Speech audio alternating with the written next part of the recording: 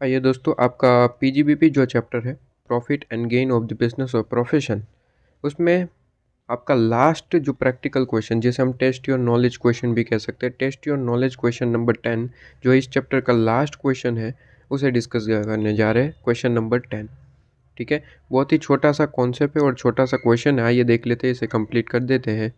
यहाँ पे ये जो क्वेश्चन है वो कहता है कि मिस्टर टी करके कोई पर्सन है, ठीक है, एंगेज है composite business of growing and curing coffee, ठीक है। कॉफ़ी के बिजनेस में है यहाँ पे, और कॉफ़ी के बिजनेस में कॉफ़ी जब यहाँ पे वर्ड यूज़ होता है तो हमें पता चलता है सर इसमें एग्रीकल्चर इनकम और बिजनेस इनकम का बाइफर्केशन होता है, आपको पता ही है, ठीक है। कॉफ़ी की बात होती है तो इससे रिलेटेड हमने शॉर्टकट भी पढ़े थे, ठीक है। 60-40 ऐसा हमने पढ़ा था, एग्रीकल्चर परसेंटेज याद करने का तरीका इलस्ट्रेशन वाले पार्ट में, ठीक है।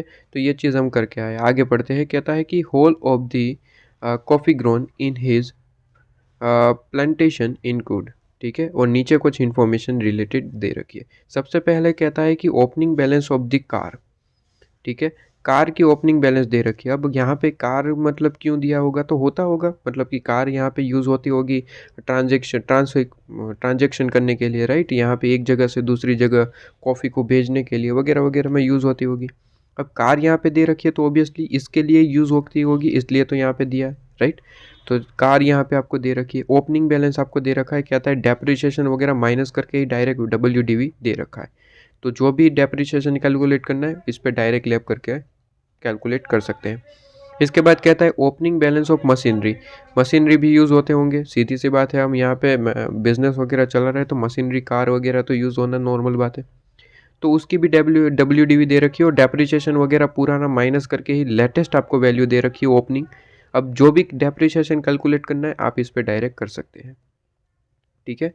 इसके बाद कहता है कि एक्सपेंस इनकट इन कॉफ़ी, ठीक है, कि हमें ग्रोइंग कॉफ़ी के लिए कुछ एक्सपेंसेस करे थे। एक्सपेंसेस हमेशा अलो होते, अगर आप बिजनेस पर्पज़ के लिए कोई एक्सपेंसेस करते तो वैसे भी आपको पता ही है कि पीजीबीपी में आपको वो एक्सपेंसेस अलो किए जाते हैं, कोई दिक्कत वाली बात नहीं है।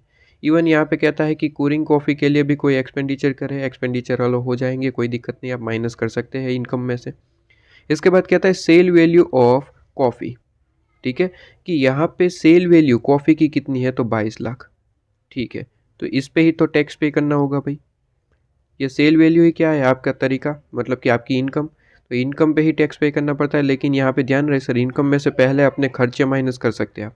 कैसे कैसे खर्चे माइनस कर सकते हैं, तो सबसे पहले बिजनेस पर्पज़ के लिए जो भी आपने खर्चे किए, यहाँ पे मुझे एक्सपेंसेस, यहाँ पे 2 एक्सपेंसेस तो डायरेक्टली दिख रहे, ये आप डायरेक्ट माइनस कर देंगे। इसके बाद डेप्रिसिएशन अलो होता है, डेप्रिसिएशन के लिए WDV दे रखी है, तो डेप्रिसिएशन माइनस करेंगे, बाद में जो बचा उस पर आपको टैक्स पे कर देना है, और क्या ही बात है।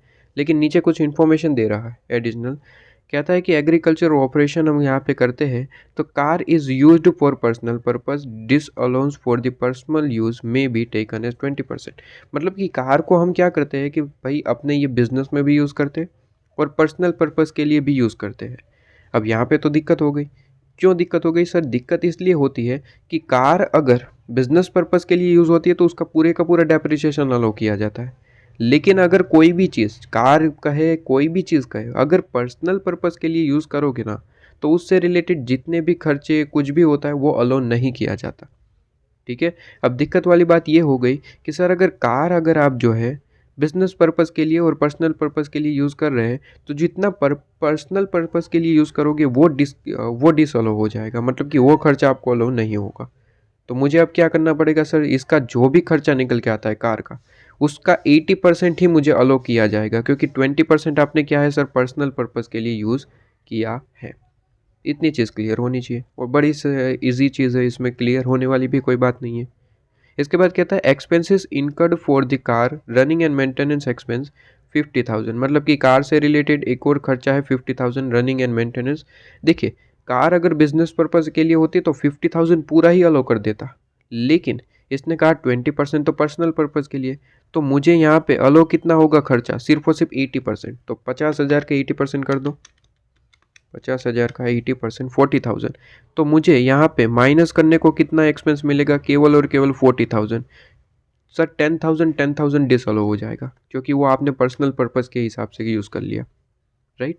इसके बाद यहाँ पे कहता है कंप्यूट करिए income arising from the above activity. आपको टोटल इनकम कैलकुलेट करनी है, तो बड़ा ही सिंपल है। देखिए सबसे पहले स्टार्टिंग कहाँ से होता है, जितनी भी आपकी टोटल इनकम है वहीं से स्टार्ट होता है। बस उसमें से जितने भी एक्सपेंस अलोएबल है, अलोएबल का मतलब होता है बिजनेस के हिसाब से आपने जितने भी एक्सपेंस करे वो माइनस कर दीजिए, काम हो जाएगा।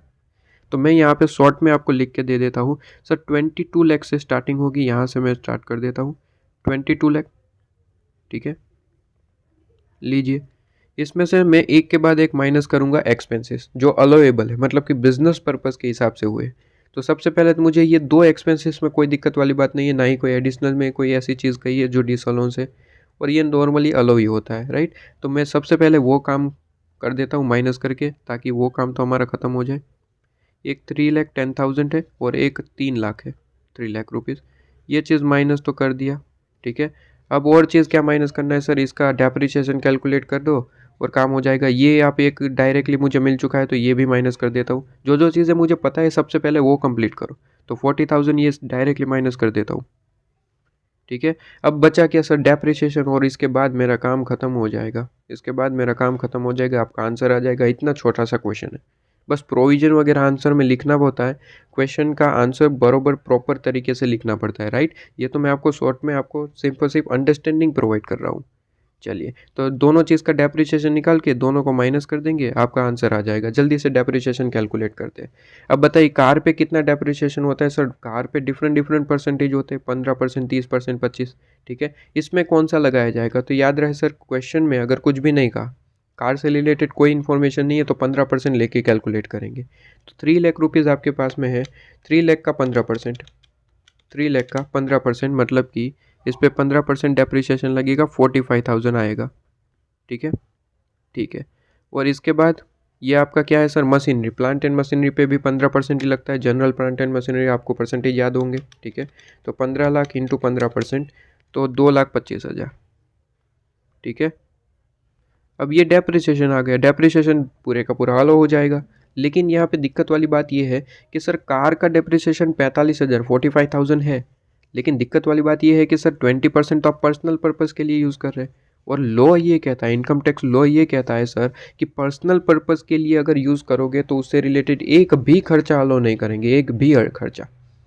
तो सर 45,000 क्या पूरा अलो होगा, आंसर इज़ नो, इसका 80% ही अलो होगा। जो पर्सनल पर्पज़ के लिए यूज़ किया वो अलो नहीं होगा, ठीक है। तो 45,000 का 80% करना ज़रा, 36,000 अलो हो जाएगा, बाकी का डिसअलो। और यहाँ पे मशीनरी तो पूरे का पूरा हमने बिजनेस पर्पज़ के लिए यूज़ किया है, उससे रिलेटेड कोई इन्फॉर्मेशन भी नहीं है, तो पूरे का पूरा इसका डेप्रिसिएशन अलो हो जाएगा, इससे रिलेटेड कोई दिक्कत वाली बात नहीं है।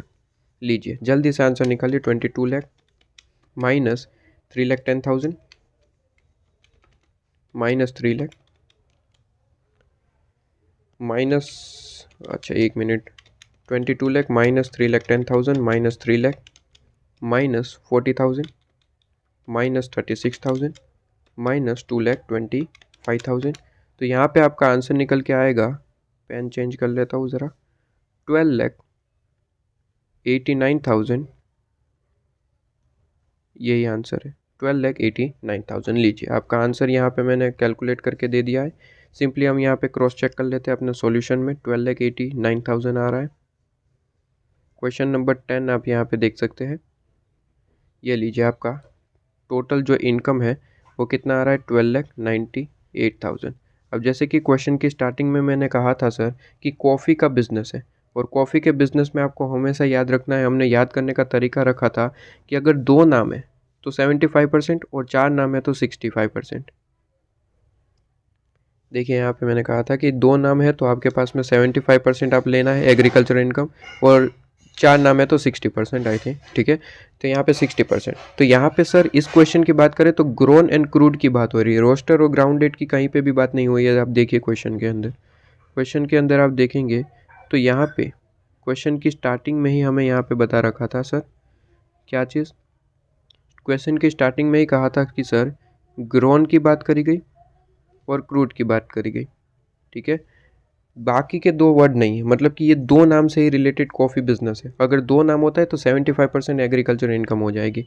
तो सीधी सी बात है, 12,89,000 में 25% और 75% बाइफरकेट कर दो, ठीक है। 75% एग्रीकल्चर है, मतलब कि वो एग्जेम्प्ट होता है, और 25% क्या हो जाएगा सर, वो टैक्सेबल हो जाएगा, बिजनेस इनकम मान ली जाएगी। तो वही सॉल्यूशन में गिवन है, और कुछ नई चीज़ नहीं है। तो सिंपली यहाँ पे जो 25% है, 25% पे आपको टैक्स पे करना रहेगा, 75% आपका क्या हो जाएगा सर, एग्जेम्प्ट। लीजिए, काम खत्म, आपका ये क्वेश्चन भी खत्म। ठीक है, बस यहाँ पे सॉल्यूशन को अच्छे से ज़रा देख लीजिएगा कि किस तरीके से प्रोविज़न लिखी गई है, किस तरीके से कैलकुलेशन दिखाई गई है, उस तरीके से हम लिखते हैं। ठीक है, मैंने आपको शॉर्ट में तो सारी चीज़ें बता दी है, लेकिन बस प्रोविज़न के साथ आपको यहाँ पे आंसर लिखना होता है, इससे बड़ी बात कोई यहाँ पे नहीं होती। ठीक है, तो इतना सा था ये क्वेश्चन नंबर 10। इसे रिमार्क करिए, ठीक है, और इसे सॉल्व करिए और इसे कंप्लीट करिए।